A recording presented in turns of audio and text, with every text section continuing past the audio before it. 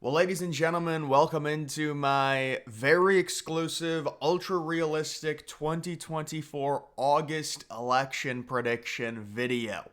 Now, yesterday I did do Donald Trump's best case scenario, maybe not the most realistic, but today I'm going to be doing my full prediction where we are right now. We've got Kamala Harris yesterday speaking.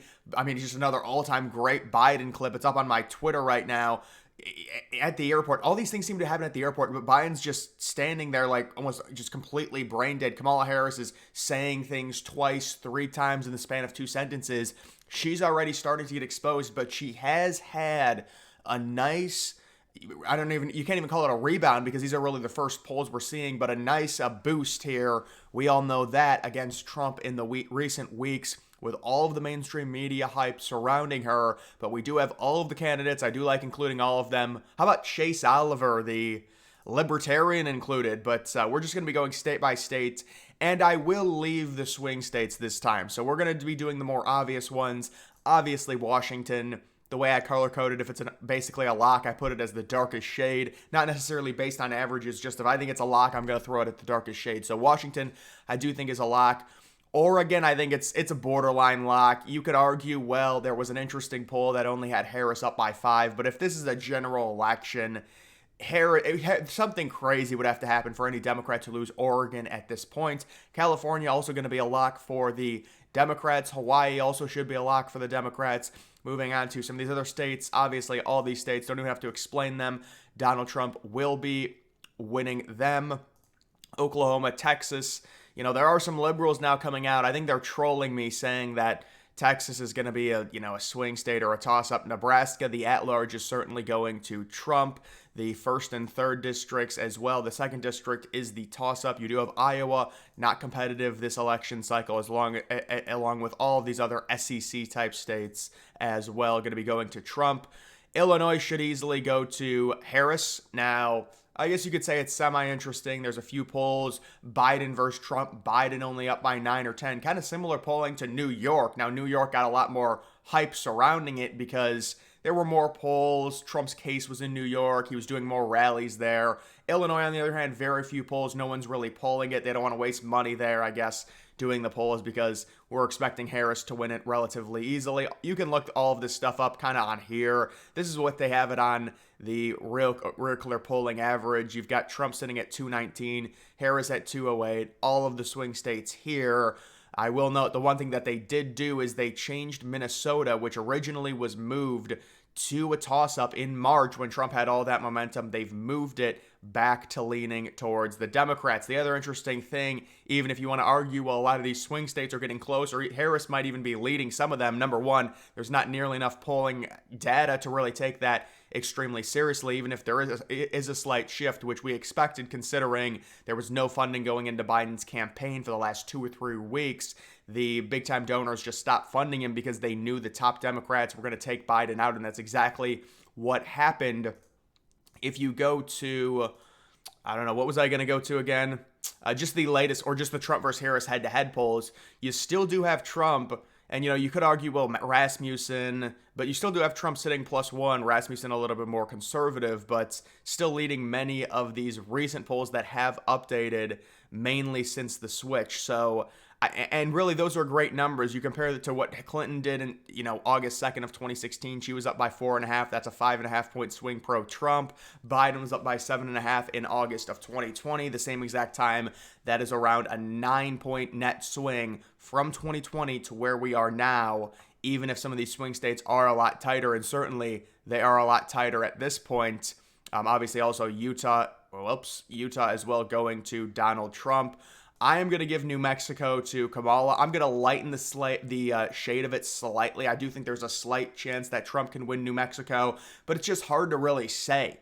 People have asked me about New Mexico. It's just like there were a few polls with Biden and Trump. There was an internal Biden poll that wasn't included in the aggregate Real Clear Politics that did have Trump up by 0.5 in New Mexico, but we would expect New Mexico. It's more of a liberal state anyways, and with this tsunami of Harris coverage, she's probably up relatively well or relatively easily in New Mexico. So we're going to lighten it slightly there, but it should still be a Harris state.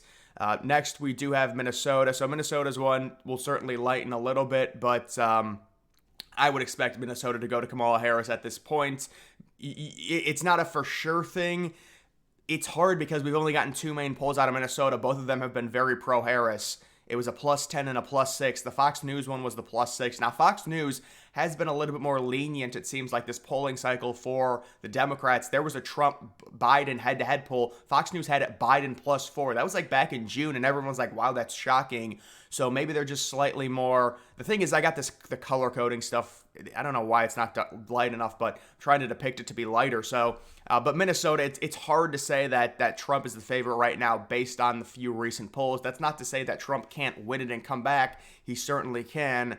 You're also looking at a state like Colorado, who I think pretty much for sure, even with the wonky polls we saw with Biden and Trump, where it was only a 2-point edge for Biden, I think that for sure is going to go to the Democrats. Alaska, obviously, for sure going to the Republicans. You do also have Ohio and Florida. We got a nice poll for Trump yesterday out of Ohio. Trump up by 10, which is the exact margin he had over Biden in those polls. I will say the poll was kind of spread out in terms of how it was done, meaning it was taken over a longer period of time. So part of that poll might have been taken before all of this hype, but still, for Trump to be up 10 in Ohio is very good, and possibly also good for Bernie Moreno. That's a very important Senate race that we are watching. You do have West Virginia certainly going to Trump, South Carolina as well. North Carolina definitely still classified as a swing state, even though I do think Trump is the favorite there. You do have New York, absolutely going to be going to the Democrats. It's just so hard at this point. Again, based off of all the positive stuff, we haven't seen polls come out about New York, but I think if you see one or two that's like +15, +16, we can pretty much write off New York. Trump's going to have to keep it closer, and he was keeping it kind of closer with Biden. We were thinking maybe we could get the biggest blowout ever with, I mean, it wouldn't be the biggest blowout ever, but in terms of modern times with how partisan we are, you're not going to see a Reagan-type blowout nowadays. It's just impossible based on how the electorate is. But when you look at a state like New York, you would have to really move the needle significantly in terms of some crazy scandal to where, and honestly, I mean, you would think the assassination attempt would do it, and that's kind of why we thought, but they've actually censored the assassination attempt, sadly, the Trump photo, but it seems like they've just had everyone forgot about it. You do have New Hampshire. New Hampshire at this point, New Hampshire has a ton of independents, so it's hard to say. I'm definitely going to lighten it. I think it's going to be competitive, but I am going to be giving that to Kamala Harris. All of these dimple states, including New Jersey, even we can lighten New Jersey a little bit, but all of these states I have right now going to Harris if I want to be realistic about it. And then moving on, you can see it's very close right now. I think this might be the exact same thing as Real Clear Politics, where it's 218 to 209, and all these other states are left open. And then we go one by one, which is going to be relatively hard because, it looks like she's choosing Josh Shapiro, but we're not sure. If you look at Maine, I know the state at large Maine is certainly a toss-up right now, but they have it slightly leaning Harris. I would agree with that. The second district should be Republican. The first district should be Democrat. So I'm going to lighten it maybe a little bit. But that's normally what we would look for there. And then as for the Maine at large, I would slightly lean for Kamala on the Maine at large. So it's 219 to 212. And then we will go through the main swing states at this point. So in terms of most likely for anyone in terms of these swing states, I would say probably you could argue Virginia for the Democrats. It's hard to say because we haven't gotten recent polling with Harris versus Trump. But I would say probably North Carolina for Trump. I just think Trump, based off of him winning it in 2016 and 2020 with a lot worse approvals at this point, especially with Kamala Harris, who I do expect to start exposing herself when it comes to just her mannerisms, the way they've hit her. She finally does, an interview last night and sounds horrible in it. That kind of gives me a lot of hope that she's not going to be very good in terms of, I mean, listen, there was no campaigning, there were no rallies, there were no debates. She was installed. It's not like she's proven herself here. So, and I think people will wake up to that. Obviously, they're right now, you've got the mainstream media hype going. It's dying down. And I think people are going to start waking up and the polls are going to look a lot better for Trump. I do think North Carolina is relatively easy for Trump at this point, even if you see polls that suggest it's within 2 or 3. Trump against Biden was leading every poll in North Carolina by, 4 or 5. He had led like the last 15 polls or something. Nevada and Arizona are 2 states I view very similarly in terms of North Carolina. I think Trump's going to win both of them. And the crazy thing with Arizona, even with this recent polling hype, Trump is maintaining a very solid lead in Arizona over Harris. Her not choosing Mark Kelly, going away from, states like Arizona and Nevada, trying to win the Rust Belt, likely choosing Shapiro, that's going to help Trump. You may say, well, that helps her in Pennsylvania, but it should help Trump in Arizona and Nevada, and that should make those states even more likely to go to Donald Trump. So we do have that. When it comes to Wisconsin, I think Chase Oliver is going to take Wisconsin. I'm kidding, but imagine. No, Wisconsin, Michigan, and Pennsylvania, very, very hard to call right now. With Harris likely choosing Shapiro, it makes a slight difference, but I don't think it makes a crazy difference. Right now, I do think... I don't really... This is going to be weird, but I am going to give Trump number one, Wisconsin, which I think people can agree with. You might say, well, Harris might take it by a point, but it's going to be very close, and it seems like right now it's trending slightly towards the Republicans. That puts Trump at 262. Now Trump's got a number of options. I will at this point have to give Harris Virginia, and that's not because I think she's a lock to win it. It's more so we just don't have enough polling, and the Democrats won it very easily in 2020. Like when Virginia's polls closed, they immediately called it at 8 o'clock Eastern. So it was just a very easy win. And I understand what happened with Glenn Youngkin. I get it. I was on board with Trump beating Biden.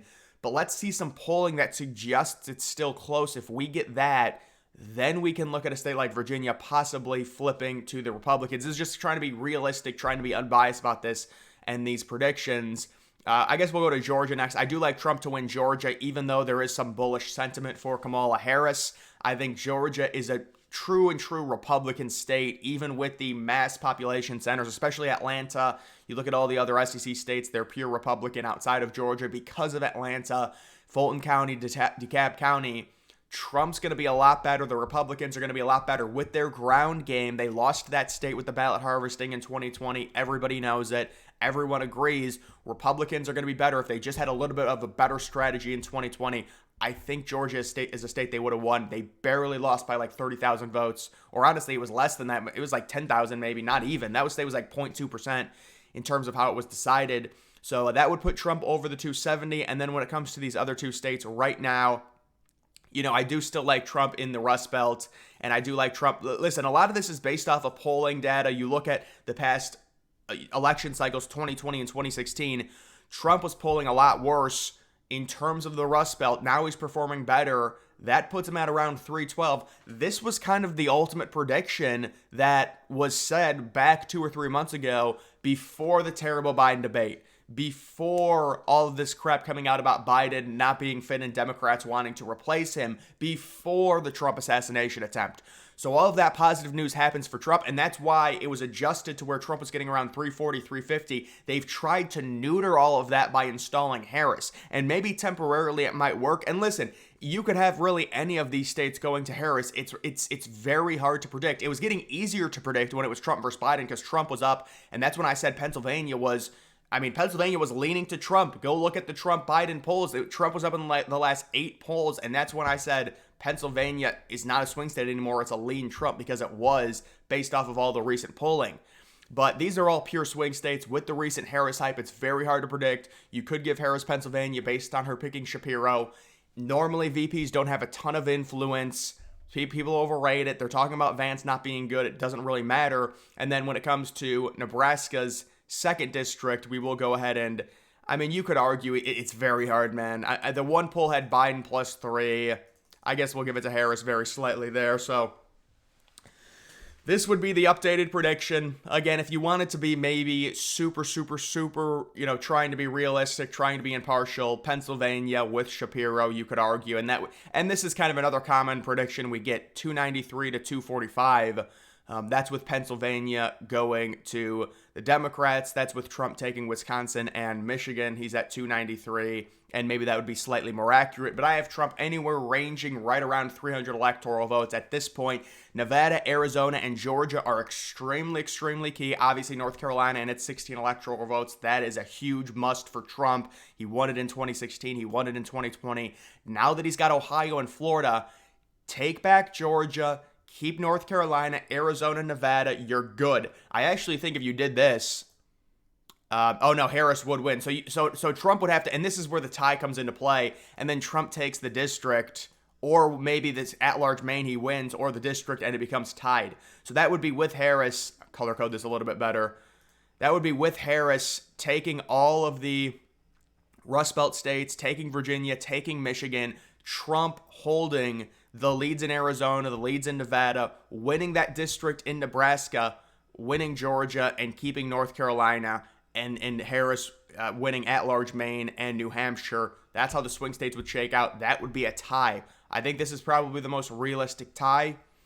You might argue maybe there's a different concoction if Harris takes Arizona, Trump takes another state, whatever, but that's probably the most realistic tie. But honestly, right now, I do think Trump should win the Rust Belt. It's going to be very, very close. These are very light shades, of course, and that should put Trump right around the 300 mark, maybe over it. That's the tandem of both the Rust Belt, Nevada, Arizona, and Georgia all going for Trump, along with keeping North Carolina. Harris's easiest path, she has to win the Rust Belt, I think. I mean, you could argue and maybe say, well, Arizona, based off the recent polls and voter registration, I mean, they're still going to fight in Arizona for sure, but I see that state going to Donald Trump.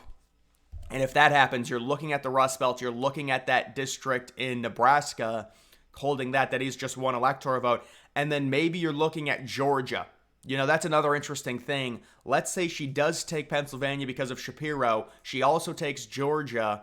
Trump still wins in this scenario, so she'd have to flip another one, possibly either Michigan or Wisconsin, but this is still good news for Trump because this is Michigan losing Georgia, losing Pennsylvania, and still winning. It's all about the Rust Belt, though. It really is. And also these two states as well, and Georgia's also very important. We know the election's going to come down to 5 or 6 states. That's just how it is. But either way, right now, I would say Trump ranging from around 300 electoral votes, maybe around 313. It's less than he was against Biden, but that's to be expected because they were split. They were against Biden. They wanted him gone. There was no campaign money being spent on Biden ads, and that was causing Trump to shoot up even more. And now I think we're kind of coming back down to earth, but maybe even overcorrecting a little bit to where I think Trump's going to start doing better with all of the Kamala Harris hype dying down. But either way, guys, that is going to do it for this video. Make sure you follow me on X. Link to that's always in the description.